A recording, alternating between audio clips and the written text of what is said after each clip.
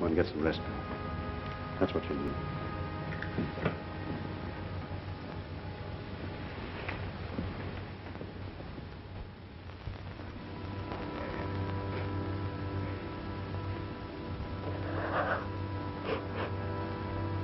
You'll be all right, Billy. Just needs a little rest. And, Billy, if I were you, I wouldn't mention the Marines or anything about soldiering or the war. You know what your dad needs most is a good job to keep his mind occupied. But just nobody will give Dad a job. They all think he's crazy. I don't think so, Billy. And I think maybe I can find him a job. Do you really, Roger? Will you try?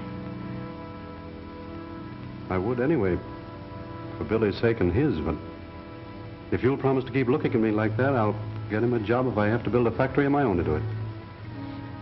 Ain't he wonderful, Miss Allen?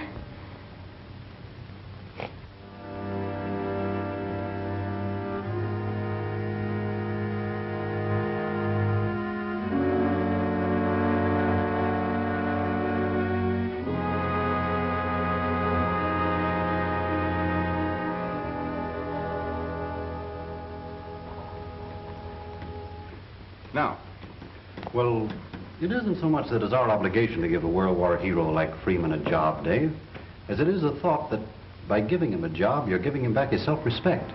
Now, he just finished a small job for Neff, the contractor, and you want to see the change in him. All right, suppose I give Freeman a job and he might cause damage that would throw a whole section out of commission. Do you know what those few lost hours would do? Well, I have a pretty good idea, but you don't really know. No. All right. Now, let me show you something. Those few hours would mean a few days in some 25 plants spread over the country, plants that depend upon us to supply them with parts. And over on some battlefield, that would mean several weeks of disastrous waiting. And they can't wait on battlefields, Roger. No, and they mustn't. You're right about that.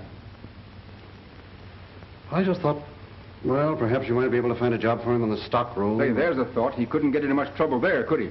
Oh, that's grand, Dave. I knew you wouldn't let me down. Roger, I hope you understand my problem. I can't let a thing hamper us. Production must be kept going, regardless of breakdowns, priorities, or sabotage. Sabotage? Well, say, what you ought to have are some of those Army patrol dogs to guard your plant. They're the best protection you can get. Well, now you've got something. I've been wanting to look into that for some time, but I've been so busy. What do you know about them? I know they're the best insurance against saboteurs you can get. You see, they're trained to patrol right along with your guards. Oh, they'll scent trouble a mile away. They always get their man, too. I'm sold. How would you like to take care of the details for me, since you're so interested? I'll do more than that. I'll pick the first dog for you. Good. Now, would you please let me alone for the duration? I certainly will. You're practically alone right now. By the way, Dave, if there's anything I can do for you, just let me know. You're a little late, Roger. I haven't been in juvenile court since I broke a window playing baseball. Good morning, Judge. Goodbye, Dave.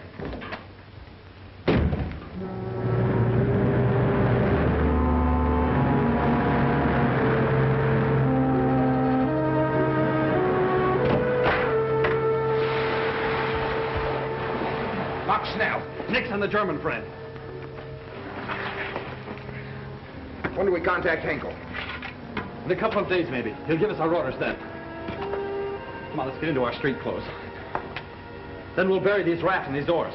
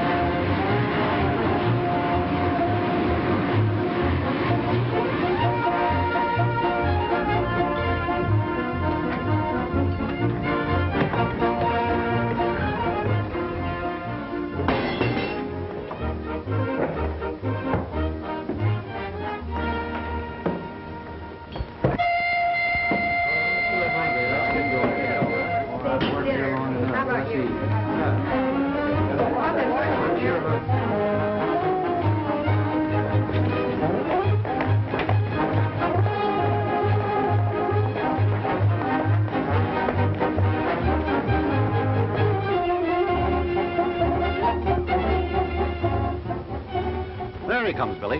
Hey, Pop! Pop! Billy! Billy, this is a surprise, a welcoming committee. What? No photographer. We got something there, Pop. Look. Pal, what are you doing here? Well, sir, I tell you, he's reporting for duty. Sentry duty, sir. Mr. Titus asked for him, special. Come on, pal, let's go. Good luck, pal. I certainly can't say the Freemans aren't all out for the war effort, can they, Bill? Look, how about a little all-out effort for dinner? Or is the celebration off? Celebration? What celebration? Just because I'm going on the night shift? Because you and Pal are working together, me, the judge, and Miss Allen are going to take you out. Why, that's wonderful. Thanks. I guess I'm just a lucky fella. This is just the beginning of your luck, Bill.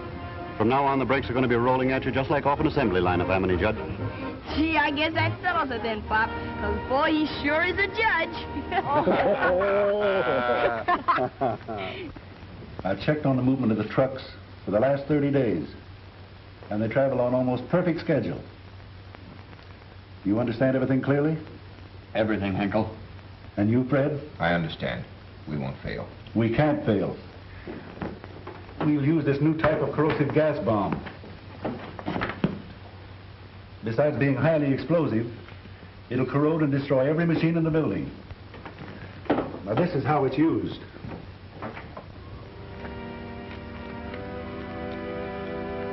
According to Henkel, that truck ought to be along by now.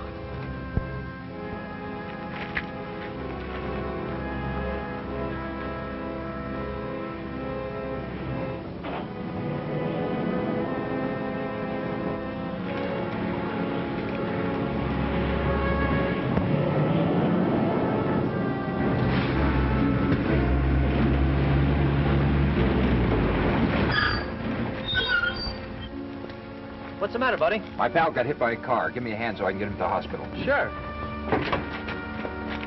You take his feet.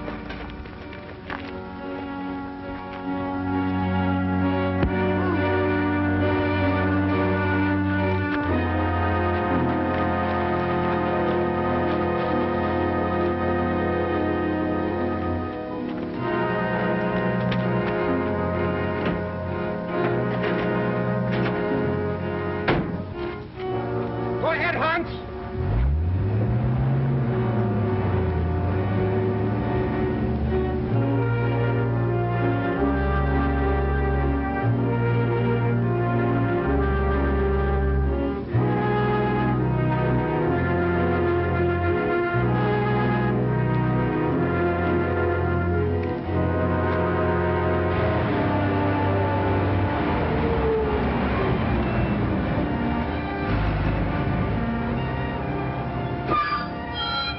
Joe Hawthorne, 708. On through. They're waiting for that stuff.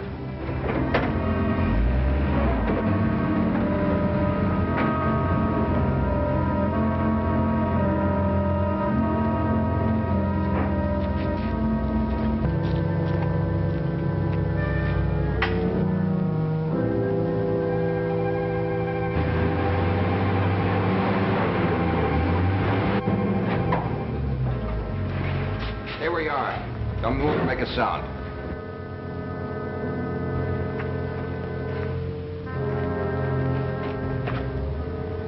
Keep those men busy. All right. Start unloading that truck. Act like nothing's happened.